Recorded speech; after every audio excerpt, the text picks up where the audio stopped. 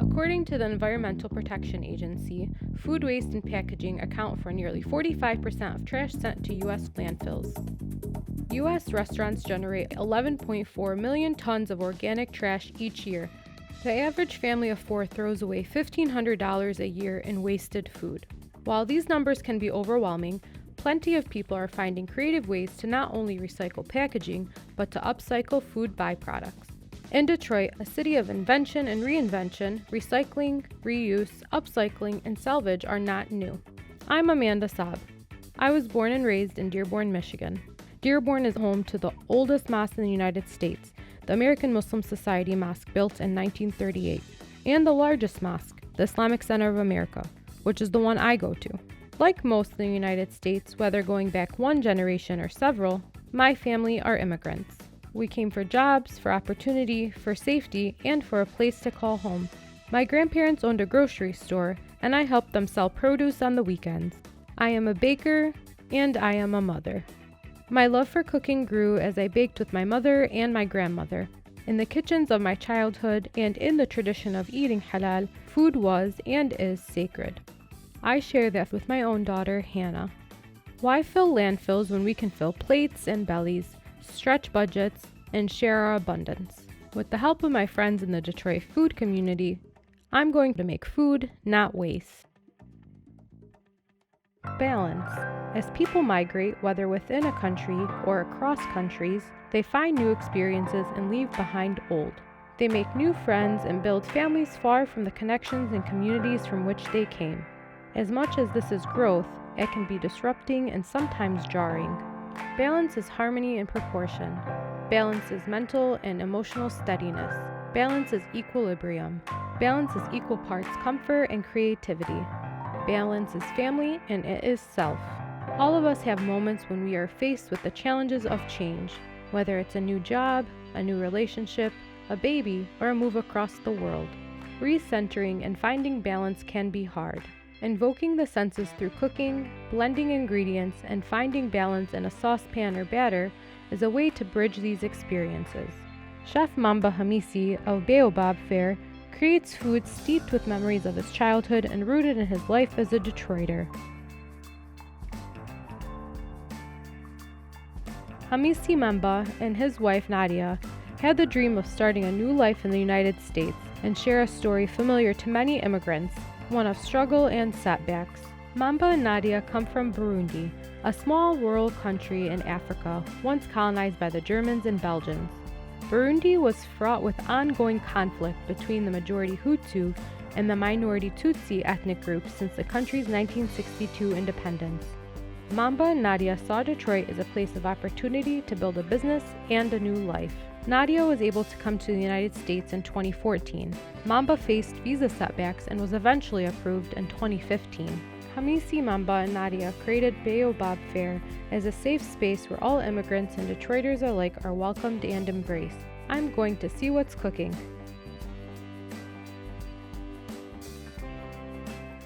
Hi, Amanda. Hey Mamba, how are you?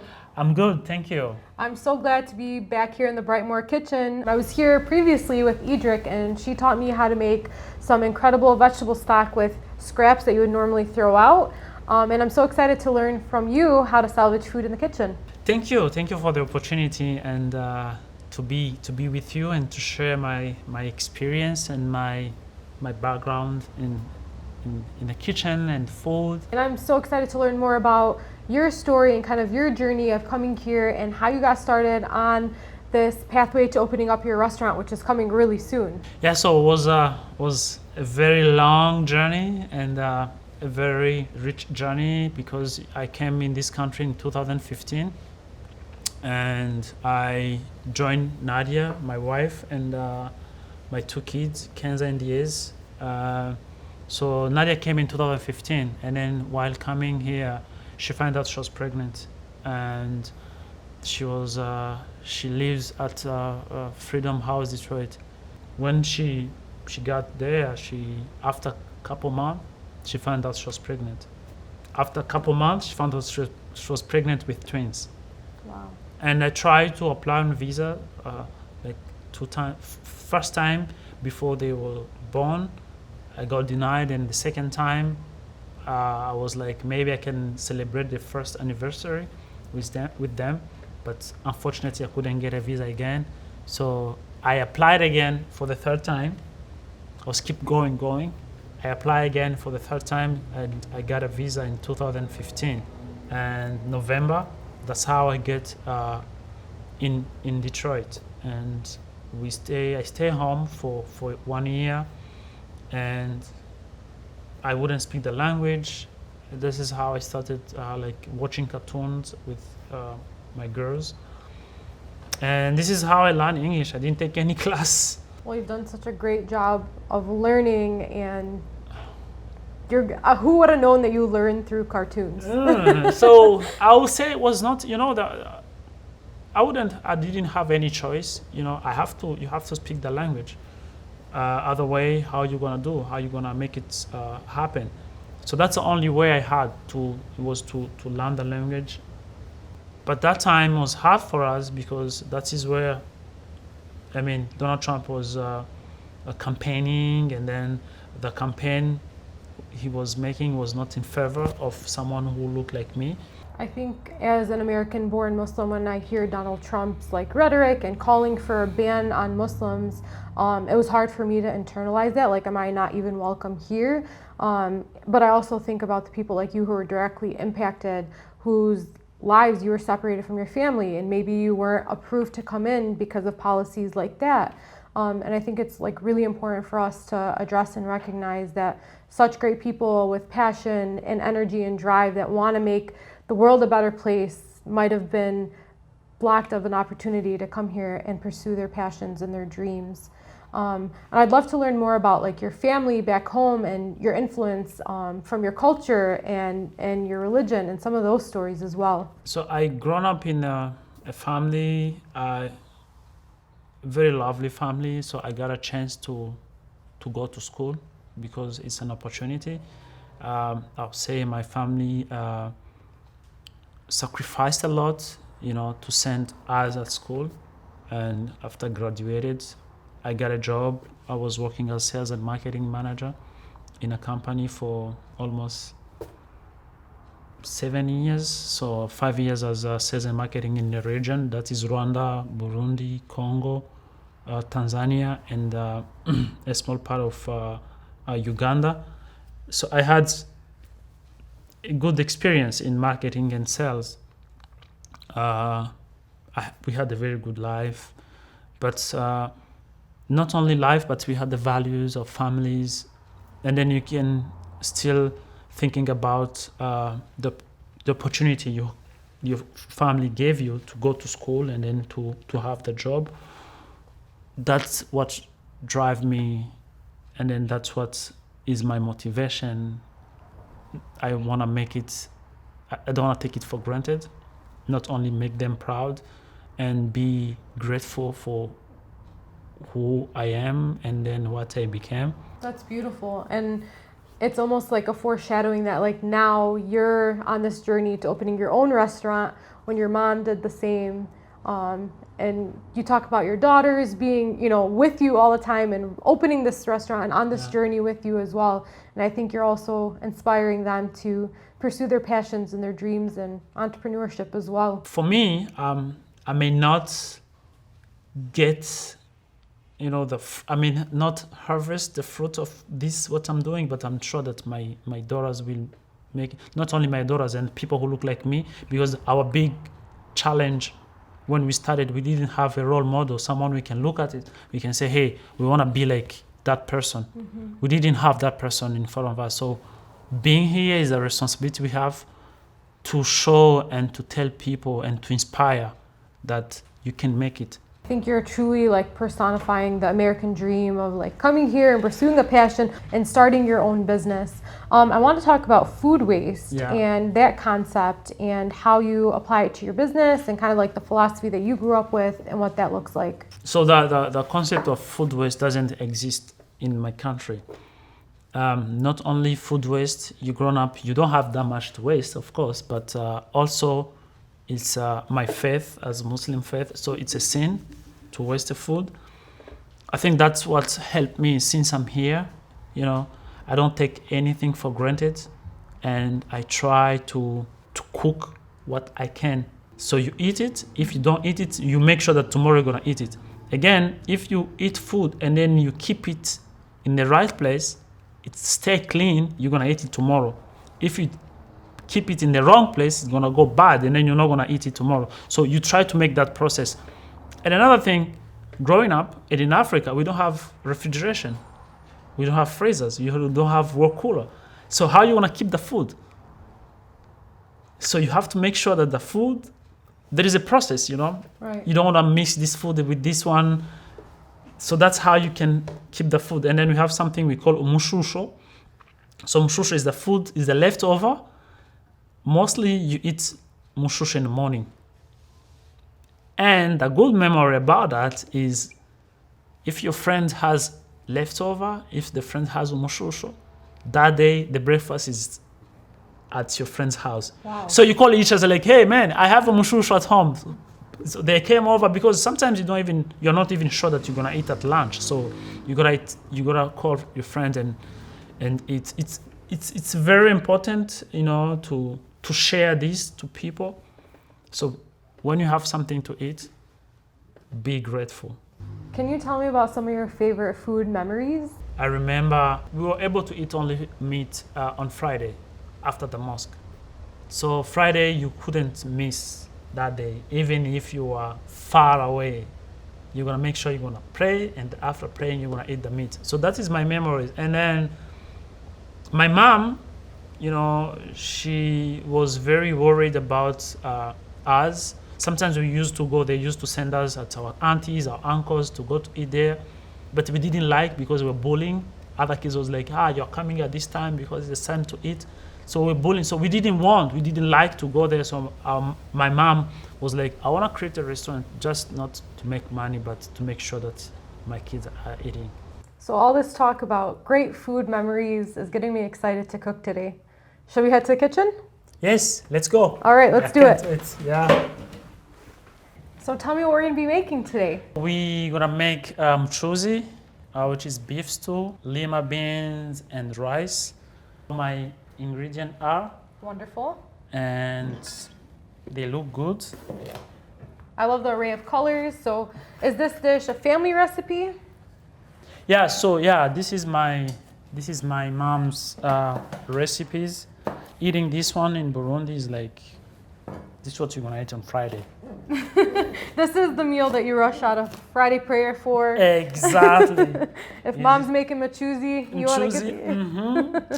So rough chop on some green bell pepper. Yep. Then we got some tomatoes. Some tomatoes. So as we are going, no food waste. These tomatoes, they don't look good. So if they look like this, this is very good from chuzi. So instead of tossing tomatoes that might look bad or almost like too soft, they're good for like a stew to cook them down. Exactly, they are very good for stew instead of, you know, some people they don't. I don't know how they use it, but for me all the time when I go in the grocery store, I go to look at some tomatoes like these ones, and they make very good.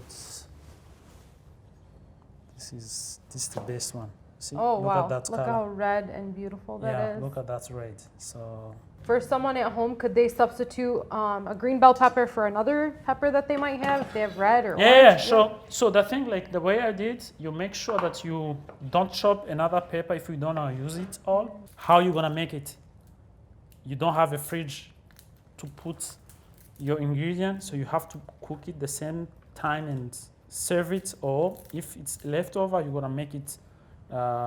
You have to eat it. So basically, you make this dish with what you have. Yeah. There's not necessarily like a strict recipe to follow. No, you go to the market, you don't know what you have there. If they have okra that day, the soup wanna be okra that day. If they have just tomatoes, the soup wanna be red. So it depends what you have on the market, you know. So I love it because you have surprises. Mm-hmm. You don't know what's gonna happen there. So do you kind of shop like that now at home so that you reduce waste? Exactly. So we don't wanna make waste of food. The smell. Yeah, smells so good. I think my favorite ingredient is garlic. Oh, absolutely. I love garlic. I cook garlic in all my dishes. The smell of tomatoes and garlic reminds me of a dish my mom used to make on Sundays. Really? Or just like stewing tomatoes with garlic. So the way I cut them. And you cut them nice and thin. Yeah. Idrik taught me to do that too. Yeah, because you gotta make sure that sometimes they're hard. Mm-hmm. You gotta make sure that they are getting not the thin. They don't get ready easily. You see, Oh yeah. like this one. And what are some unusual foods that people might eat in Burundi? Like, what do you like? We eat almost everything. We have like some insect we call senene. Senene? Yeah, senene. They are good, very good in proteins, very delicious. I love them. How is it prepared? You just put on the pan. That's all. You don't even need to put oil or nothing. In Burundi, we use refined palm oil, Yes. but here you don't get it easily. So I use sometimes olive is good and it's healthy. Yeah, so I put some Olive oil. olive oil I'm Lebanese, so I Yeah, use olive oil for everything. for everything. And what kind of meat can you use in this dish? Any meat, goat, beef stew, and chicken is very expensive. It's not something you can afford. Really? Yeah, so chicken is something you eat occasionally. So let me try this. Yeah, Got that sizzle. That sound.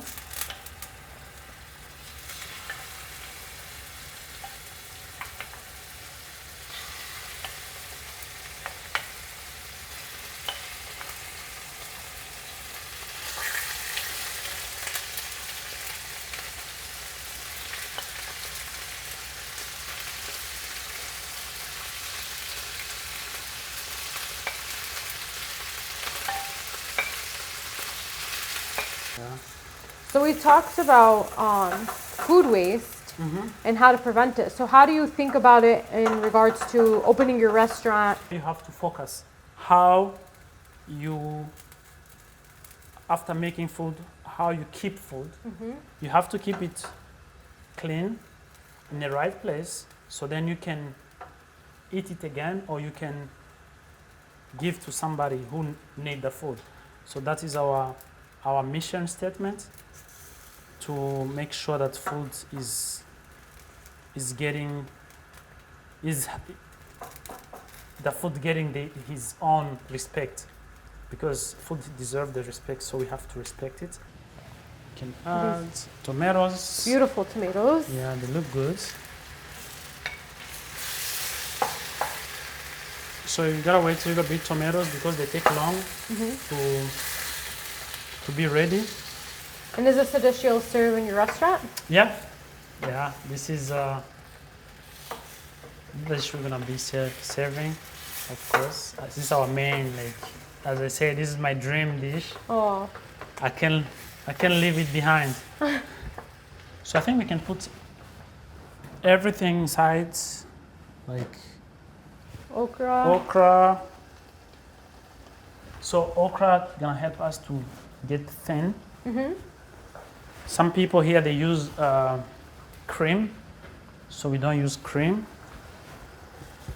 Oh, so you're saying like the slimy texture of the okra will help thicken? Yeah, Wow. they help thicken in the Garlic. garlic, onion, green pepper.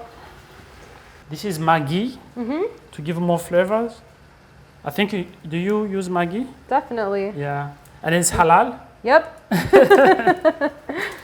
So yeah, so we try to make sure that everything is halal, not only because we are Muslim, but because it's clean, and animals, they deserve the respects too. And I love that you talk about like it's not just for Muslims, that No. it's truly caring for the animal. Exactly, truly looking for the animal. And then another thing I just discovered, we're gonna put some water, 10 to 15 minutes. Cooking. So yeah, let it like this, so the air can come out. That's why I like Wonderful. this pan. Oh yeah, it has its own little Yeah. heat escape. So in the meantime, we can still using the leftover to make the beans, the lima beans. So everything we have here, we already chopped. Right. We don't wanna waste. We're gonna use the same, only the thing we have here. I'm not Wonderful. gonna chop anything else.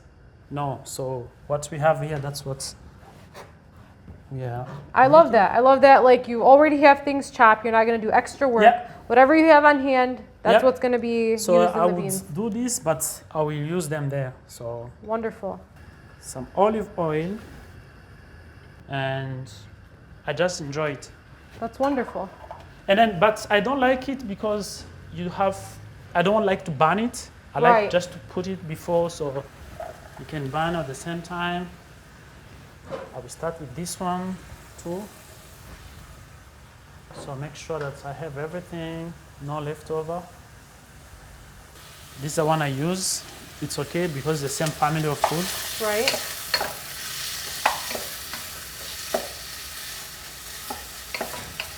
And is this a dish you'd have for breakfast the next day if you had leftovers? Yeah. Yeah. So next day, you mix everything in one pan, and then you heat it up. You eat. I forgot to add black pepper in this one here. Ooh, look at that go. Yeah. I add a little bit. I don't like it to be hot. So this one I'm gonna add a little bit in there. Curry.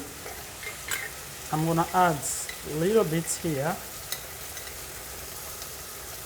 So you have that curry. You have that curry flavor. That's And- wonderful. I love that you're like adding a new Yeah. flavor so profile to the bean. I will add this one, the Maggi. I think one is enough. That's all. Smells so good. I like that smell a little bit because I don't want it to start. Let's cover this one. That smell of curry and Maggi like literally reminds me of my grandma. Yeah, I told you that you're gonna find yourself some. This is my game changer. The garlic. I like it to keep it on heat because the green pepper are hot. I like even they can be crunchy, but I like to be like not salad, but they can be soft. Right. So sometimes when you have like meat broth, you use it here. And if you don't, you can substitute for water. Yeah, If you don't can have any keep broth. water. Let's have it so then they can go. Oh wow. That looks so beautiful. So It smells incredible. thank you. So let's wait and see how they're gonna be.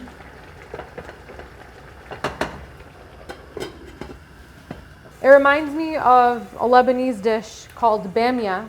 Benya. Bamia is okra. Oh. So it's like an okra stew. We don't add the bell peppers, so that's a different addition, but it's tomatoes, garlic, onions, okra, yeah. and some people add beef to it. It has a similar Flavor. flavor profile. Yeah, I feel like my palate is like when I go to Lebanese or Middle Eastern restaurant, I feel like, wow, this is my thing. This is my stuff. See, we can all connect through food. Yeah, and that's what I was saying before. That's what is very interesting in this country. You know, you learn from different people, and then that is what makes this country to be unique. Definitely. You know, like everybody can sit on a table, and then they can share their food, their culture, and it's just unbelievable. It's amazing. The rice is ready. Oh, nice. Yeah. Let me check them. You got it. You need me to stir while you check that, I can do that. Yeah. All right, got you. Cool.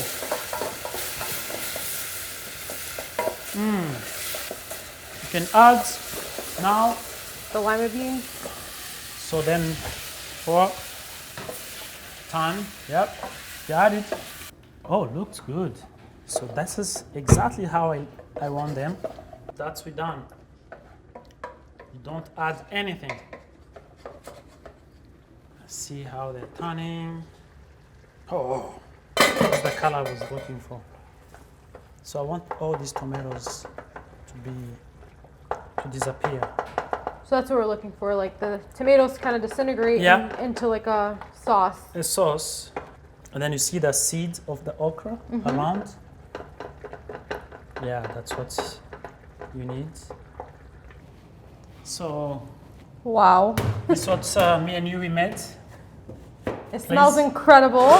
Enjoy and let me know what you think. Thank you so much. Yeah, and thank you so much for helping me to My make pleasure. this. And I'm so excited. It smells incredible. Thank and you. the colors, and I love the presentations, like green, white, red. Thank you. That is a Burundi flag. What you like more?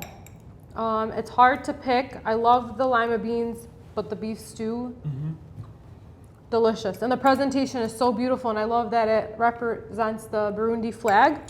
I didn't mean to. That was accidental? Yeah, well, yeah. I didn't plan this, but I love the color, and then this. I'm discovering a new thing, so this is gonna be. Hey, Burundian flag here. Wow. Absolutely delicious.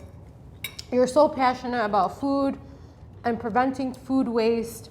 How do you keep that passion going? How do you stay motivated and encouraged in all of this? So, if you do this, you have to be generous. You have to love people. You have to share with people the food. I think that is my motivation. And every time when someone say, hey, this food is good, you want to improve, you want to improve, you want to improve. And yeah, as is a new concept, it's not all new concepts are welcoming well. Right. The way we were finding ourselves here. So it's a privilege, so we don't want to take it for granted. We want to give more what we have, and of course, yeah, go further. And why we can't wait to see people eating this food. It didn't take that long to make, you know, and it's the same ingredient. We start everything from scratch. I think that is what we have to teach our kids, and that's how we have to change the culture here. And myself, I love it. It's absolutely amazing. Yeah, you too. I'm going to have to wrap this up to go. But Mamba, thank you so much for introducing me to yourself, your family, Burundian culture and food. This is incredible. I've had such a great time getting to know you. Thank you so much. Amanda, thank you so much. You know, this is a privilege to know you and to share with you my Burundian culture and food. And yeah, I can't wait to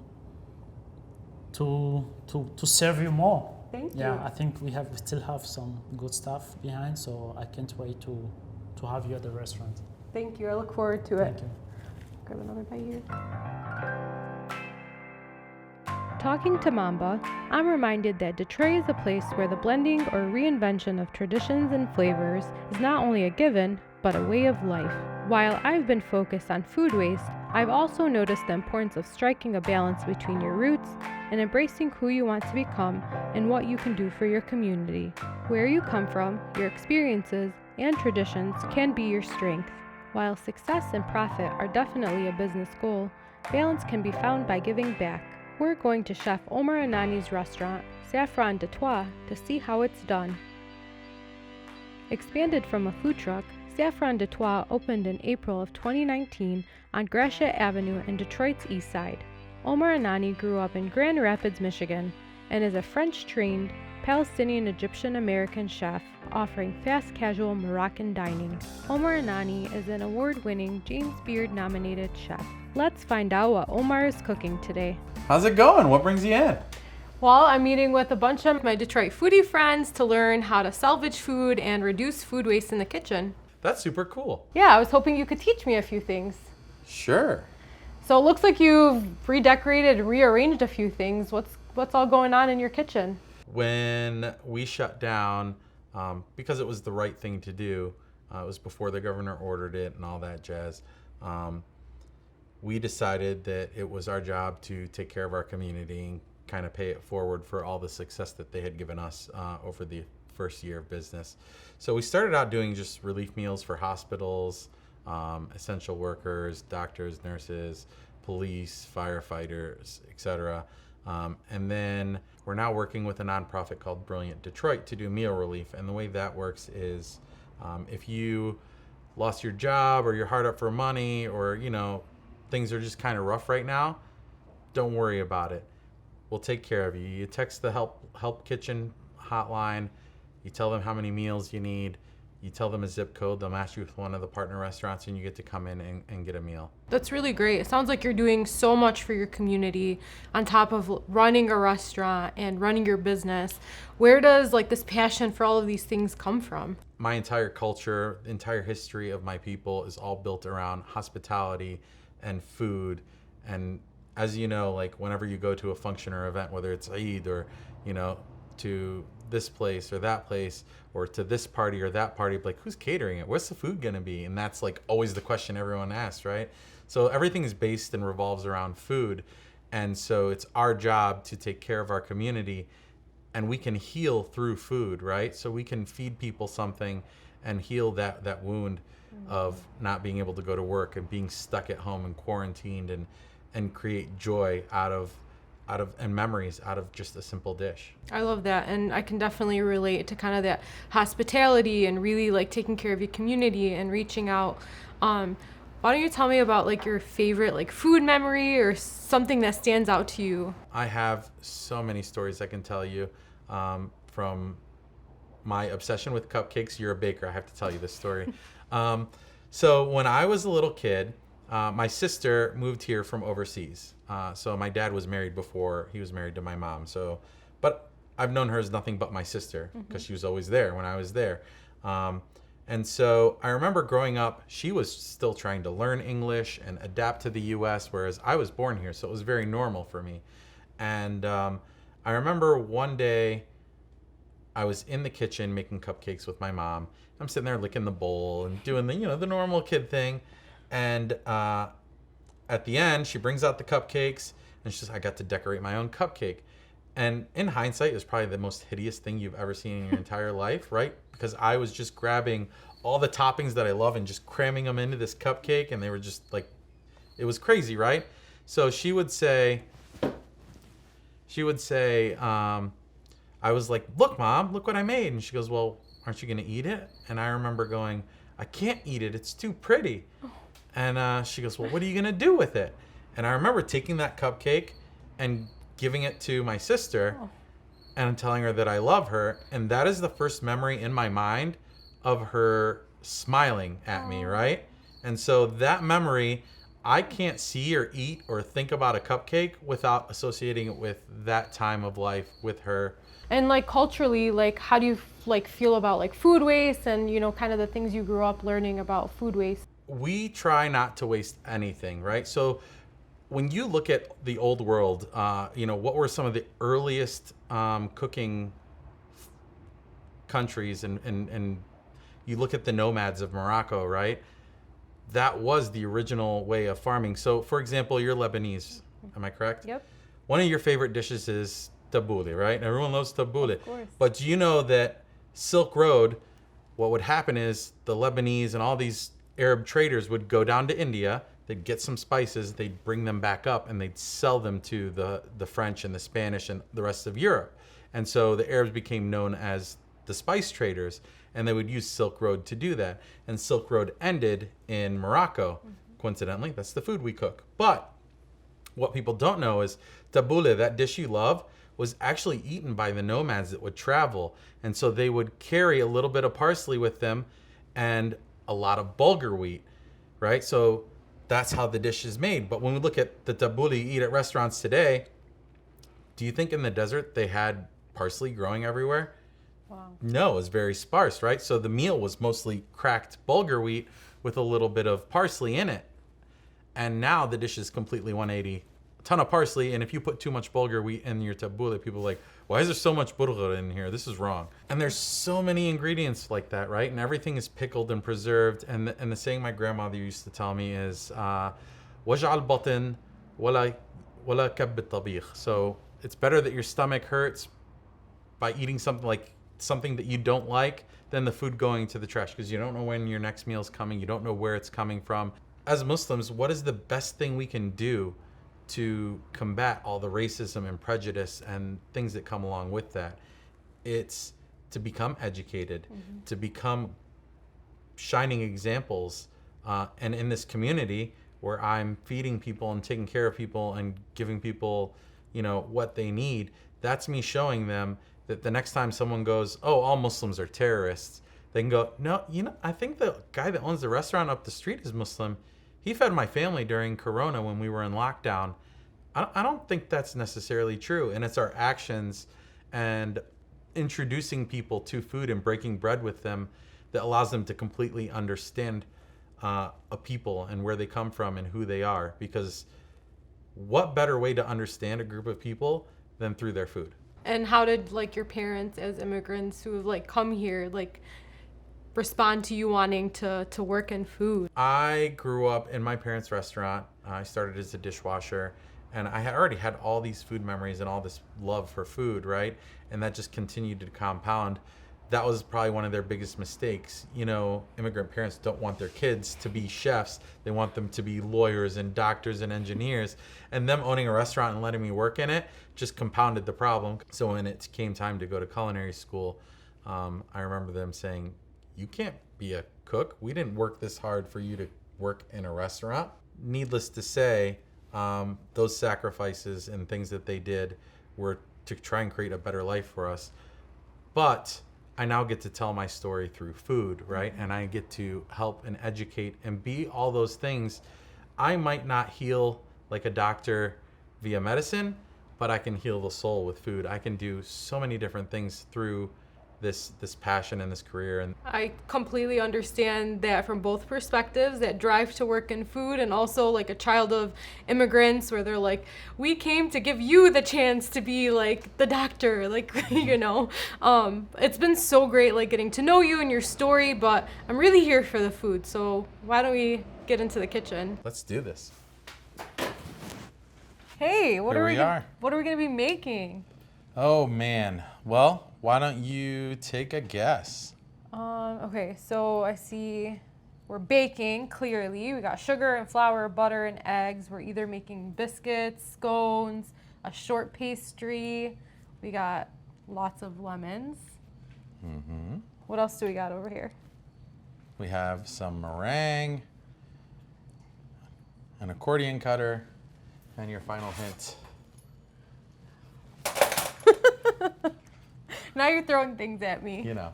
Pastry ring. So We're making tarts. yay. So what we learned is it's very important for a business to take an ingredient that most people use once and throw away and turn it into a second stream of revenue.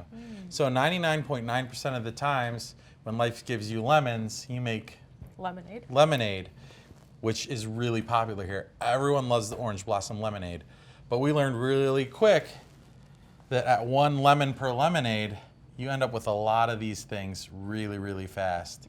And so instead of throwing them in the trash, there's an ancient Moroccan technique of packing lemons with salt, putting them in a jar, and letting them ferment. And what you end up with is preserved lemons. So it's very umami-esque, lemon-esque. The bitterness from the skin dissipates over the 3-month course that you do it. These are about 6 months old. Wow.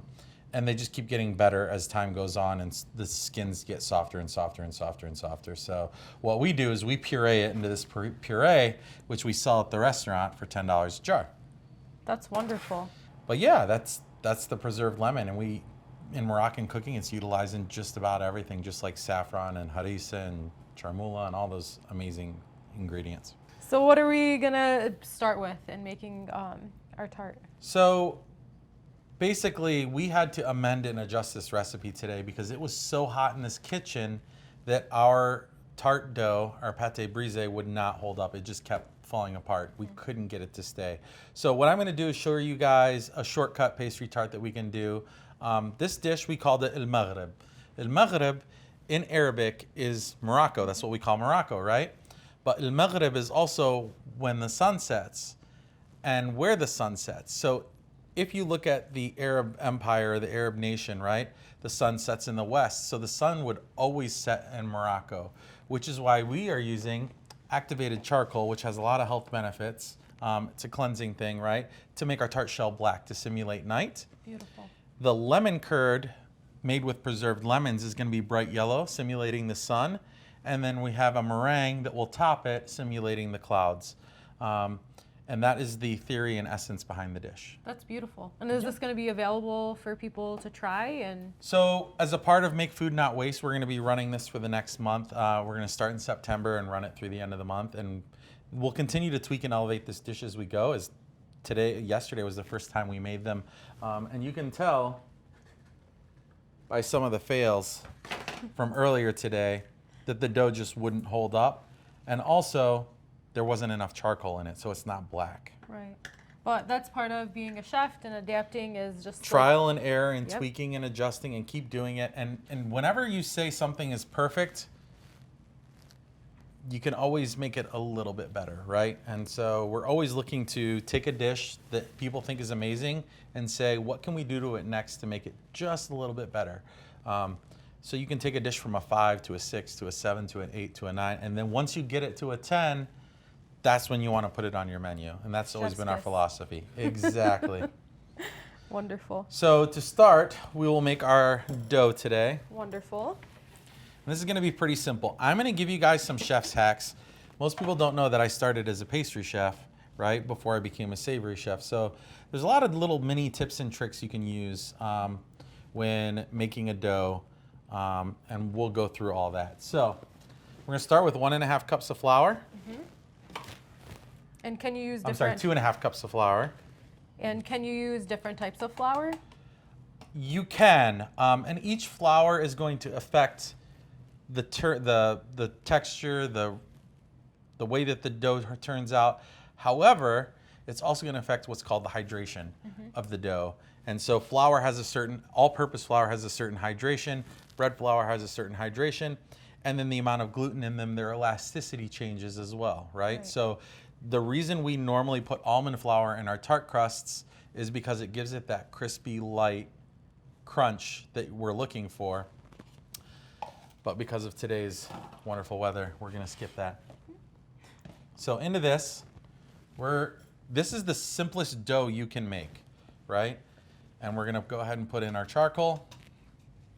And you want your butter, when it goes into a dough like this, to be really cold. So we just got this out of the fridge, and we're going to cut it up. And if someone doesn't have charcoal at home, can they? You can make this without the charcoal. If you don't have preserved lemons, this is just a riff on a key lime pie. You can make it with key limes. You can actually, if you don't want to make this crust, the old school crushed up graham crackers in a pan, good to go, right? Love it. So what we're going to do first is cover this, otherwise it'll poof in our faces, right? And just mix the charcoal into the dough. Now we have a mix. We're going to go ahead and put in our butter. And you want your butter to be cold. And we're going to pulse this or puree this until all of the flour is encapsulated in the fat of the butter. And in French, this is called sabrage. Sabrage. I'm Yep. not classically trained. I'm literally learned from That's Food Network. okay. So. From Sabrage. Food Network? Yes. Yeah, this is called the sabrage. So you'll see it's going to look like wet sand when we're done, right? But it's also important to not overwork the dough because then the gluten gets too tight, right? But you Right. look at it now and it looks like sand. And you can always, if you don't have a food processor, you can actually sit here and work this with your hands, right? And sit here and work this butter in. And what you're looking for is that sandy-like texture. So we're almost there. We're gonna give it a couple more pulses. But when you do use your hands, you wanna use just your fingertips Right. because you don't wanna warm up the butter too much.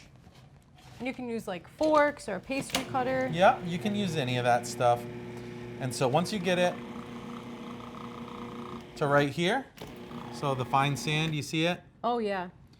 And now we're gonna add our water. So the water you're gonna wanna add and pulse just a tablespoon at a time. Okay. And you only wanna put just enough to get the dough to combine because too much water will not be good for this type of dough. Right. And it'll come together quick. And as soon as it does,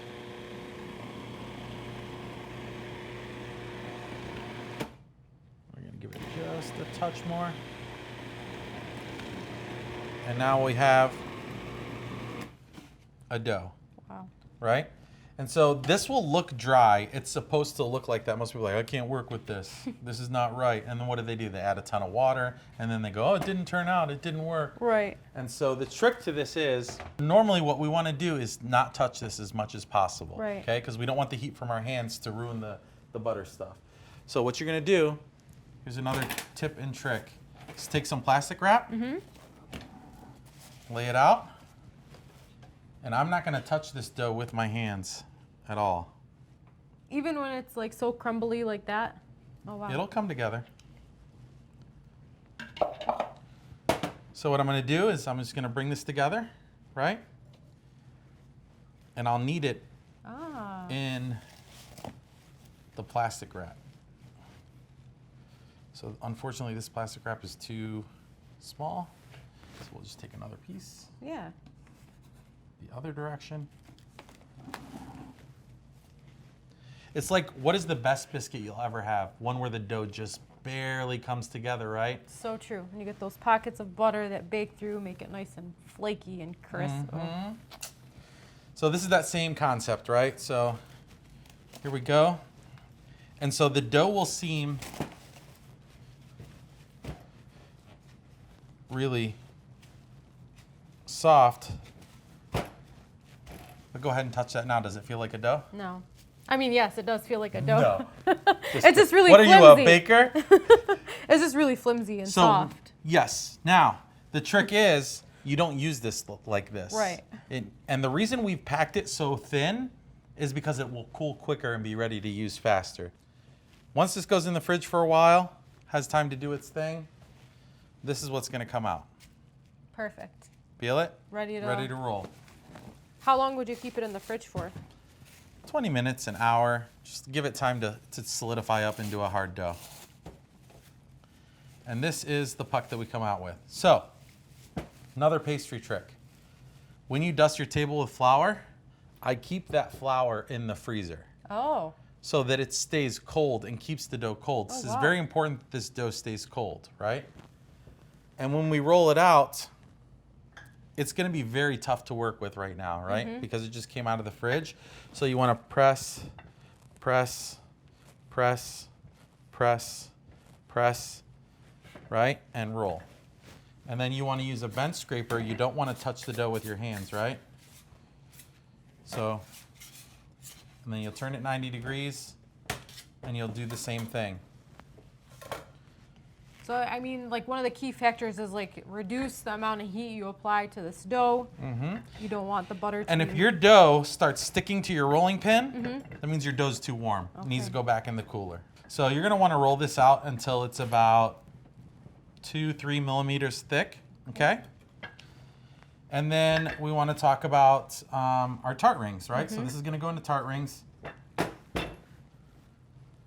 And there's multiple different kinds of tart rings you can use. I like using these. And these are perforated tart rings. And the reason I use these perforated tart rings is, A, what causes your puff paste, your shortbread pastry to puff, which you don't want? I don't know. Steam, right? The steam escaping from the dough. Right. So When you put holes in your dough, when they're put holes in the ring, the steam can escape and your crust won't shrink away from your mold. That makes sense. So they'll come out all exactly the same size. So to use these, you can do it one of two ways. One is you cut it way bigger than you need to, right?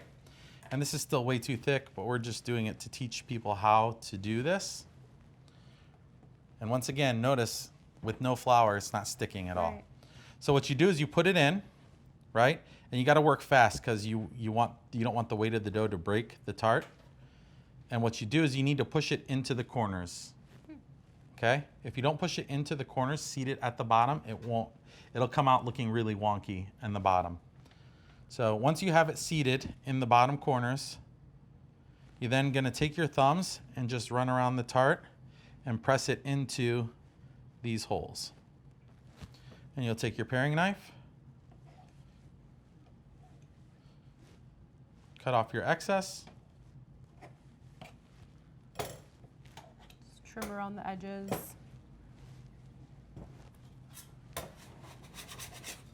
and this is ready to go in. Wonderful. Now notice, I purposely didn't press it into the corners in certain spots so you can see what happens in the bottom.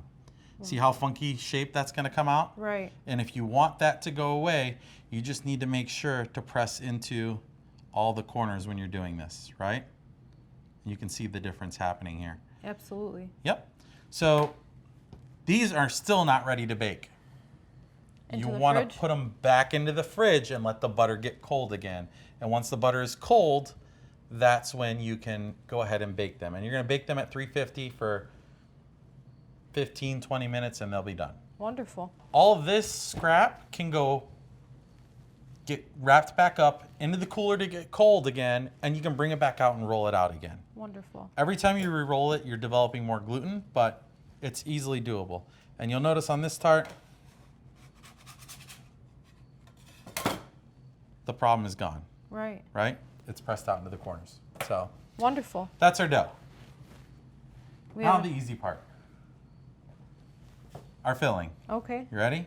Show me how easy it is after you've waited 3 to 6 months for your preserved lemons. You don't have to wait that long. You can come to Saffron and buy a jar for $10. There you go. I'll wait the 3 to 6 months for you. That's wonderful. So, what we're gonna do is create a lemon custard, a preserved lemon custard. So we can do that in the Vitamix, super, super easy. And then the ingredients are very simple. You're gonna go 1 can of sweetened condensed milk and I 7. love sweet and condensed milk. It's so good. It's so good. So good. It's the secret to key lime pie. I'm telling you, I'm convinced of it. So once you get your can in, we're gonna do 7 tablespoons of our puree and And you can use other citrus that you like. whatever citrus you want. So here's another pro tip. We don't need that. That's for the meringue. Sorry. We need the eggs. So here's the pro tip. So now I'm making my custard, but I want to taste the custard. Chef, you can't taste raw eggs. Don't tell anyone I taste the raw eggs. I don't care. I haven't died yet. But if you don't want to taste the raw eggs in your custard because you're afraid of raw eggs, we can blend this up, taste it before we put the raw eggs in, and we'll know what the custard's going to taste like before it sets. Because the main job of the eggs in this custard is just to set the Right. custard. So That's brilliant. we're going to go ahead and plug this bad boy in. Turn her on. Should probably get my microphone away from this thing.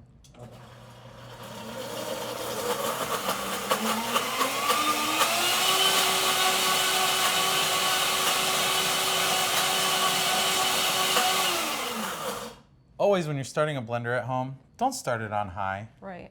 Start it on low and then speed it up to high. But what you'll see now is this is our custard. So now when I taste it, if it's not tart enough, now's the opportune time to cut up a lemon and squeeze it in and get it to the acidity that I wanted. This smells amazing. Yes, it's the preserved lemons. So why don't you do the magic of separating these out for me? You got it. I need 1 whole egg and 3 egg whites, or 3 egg yolks, I'm sorry. So So what do you do with the egg whites? Aha.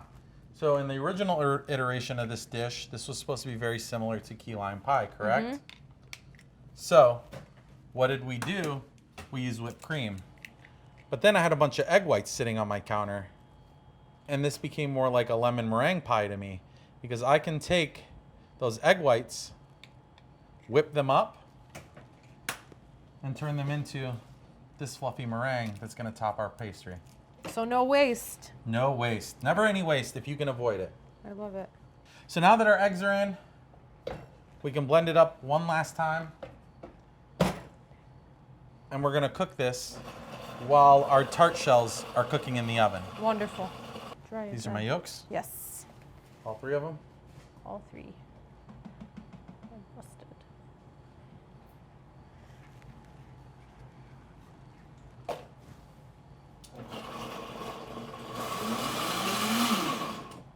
So now we have our custard. If we want a little tart, we add some lemon juice. If we like it where it's at, we leave it where it's at. All right. So what we're going to do is set up a double boiler. So in this pot, we just have some water and it's boiling.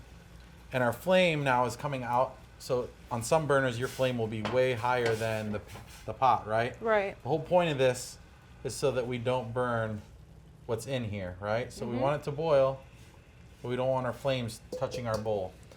Same reason why we don't want our bowl touching the water when we do this, right? So we want just enough water to get the steam that we're looking for, but not enough to where the water's touching the bowl.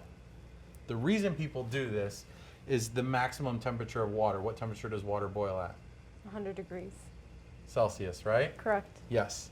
So once it hits 100 degrees, this steam is 100 degrees. The bowl will never get hotter than 100 degrees. Right. So it's a much slower, controlled way of heating up our custard. So here's the custard that we blended up in the blender. And the cool thing about custard is because this is egg-based, we know exactly when it will coagulate. Do you know what temperature eggs coagulate at? 170 degrees Fahrenheit. 170 to 175. You could maybe almost push it to 180, but as soon as you hit 180, that's when your eggs are going to break. They're going to start leaching their moisture, right? And we want to keep as much of that in as possible. So we're going to put this in. We're going to use our handy dandy thermometer, and we're just going to stir this custard without touching the bowl because it's boiling all the way up until it gets to 180 degrees Fahrenheit. We just stir it, and the reason we're stirring it is just so the stuff touching the bottom of the pot doesn't get to 100 degrees and curdle. What happens if it curdles? It cooks, right? Right. Which Then we you don't have want. lumpy custard. Nobody likes lumpy custard. I don't. That being said, this has bits of lemon peel in it, right? Right. So you can either leave it like that, which I don't like to do. I actually strain the custard. Nice. And once the custard is strained, all those lumps and bits are gone. So even if you overcook your custard a little bit, always strain your custard when you're done, and that will help get rid of all your little lumps. So as soon as this hits 180, we'll strain it, pour it into our tarts that we just put into the oven once they've cooled, and we'll go ahead and move on to garnish. That's wonderful. I'm so excited. And it seems like it happens like fairly quickly, and it's a pretty simple process. Yeah. You got your double boiler, you're in a bowl. Plus, we added something to this that's not in a lot of custards, which is Preserved lemon. the lemon, the acidity, right? So that's going to help speed up this process. And most of the time when you're making a custard, it's not made with sweetened condensed milk, Right. which already is super thick, right? So its viscosity is going to help this thing come up to temp much, much quicker. It looks so good, and I can smell the lemons just kind of like wafting as you stir it all up. I'm so excited to try it. So we have our big tart. We put our custard in. We let this set in the cooler, and now it's time to decorate it. So those magic egg whites you were asking about earlier, we cooked into meringue. I love So it. meringue is as simple as sugar, cream of tartar, which is acidic and helps balance it out, a little bit of sugar, and then what we do is there's 3-4 types of different meringues, right? This is a French meringue. So What we did is we cooked it over a double boiler until eggs set at 170 degrees. 170 degrees. So the tricks to this, some pro tips, you can't have any fat in a meringue. So you want to make sure there's no yolk, no oil, no nothing. So what I do is before I put it in my stand mixer, I'll wipe it out with vinegar to help get rid of any chance that there's any fats. Throw it in, whip it while it's hot until it stiffens up into a meringue. And now we're gonna let you practice your bakery mastery skills. Wonderful. And garnish this thing for us. Do you have a vision for this? Make it beautiful. Okay. Or get out of my kitchen. No pressure then. No pressure. Well, let's see how good your meringue holds up, because, you know, it's not only my decorating skills here. You didn't start from the center. Did you want me to start from the center? Do you, girl? Okay, we're starting from the center. The meringue is really not holding, but She blames me for her mistakes. hey, there's no mistakes when it tastes good. Hey, we're gonna go all the way back around Uh-huh. and continue. Oh, we got it. And it looks like a rose. Ta-da! Let's cut this bad boy and give it a taste. I'm so excited. You want to do me the honors? Yes. Ooh, we got a nice crunchy shell on the bottom. Oh my gosh. Do I get half? Sure. I'm gonna save some, so I'll Yeah, take I'm a watching my picture. girlish figure. I'll take the small piece. Cheers. Bon appetit.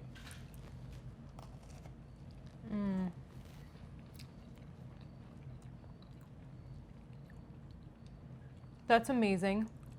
Oh, that crust is like so thin, crisp, buttery. Yeah, it's because I made it.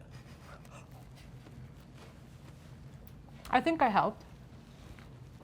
And you get like the salt from the preserved lemons, which I love in dessert. Too many times desserts are just sugar on top of sugar Yes. on top of sugar, and it's just too much. This is And this brilliant. is way more balanced. And you get that umami from the fermentation of the lemon, which you'll never get in any other lime or lemon pie. This is probably one of the best tarts I've ever had in life. Tell the truth.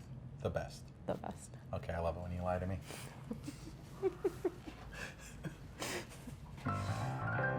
Should we give some to the camera crew? All right, let's be nice and save it half. Lemon rinds. Our mixologist David uses them in a simple syrup, but as we just saw, Omar takes it a step further by preserving the lemon rinds and making a lemon paste.